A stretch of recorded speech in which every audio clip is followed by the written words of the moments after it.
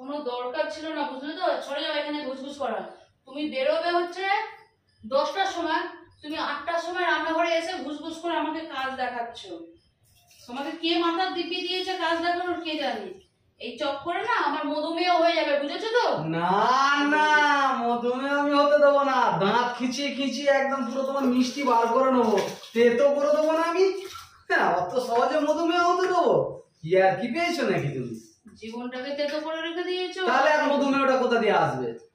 ভুল হয়ে গেছে আমার। আসতে দেবোই না। না, তোমার মুখে দেবো একটু না। তোমার হাতে একটু বেশি করে ওঠে না? এর থেকে বেশি ওঠে না। খেলে খাও, না হলে যাও, 10টার সময় আসবে নেবে। যাও যাও যাও, ফটো দিচ্ছিলাম। যাতা দিই। এইবার দাও, এইবার দাও।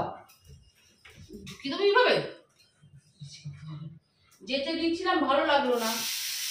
ছাড়ো, আর চাকতে হবে না, যা হবে তাই। না না, না চাকলে হবে না।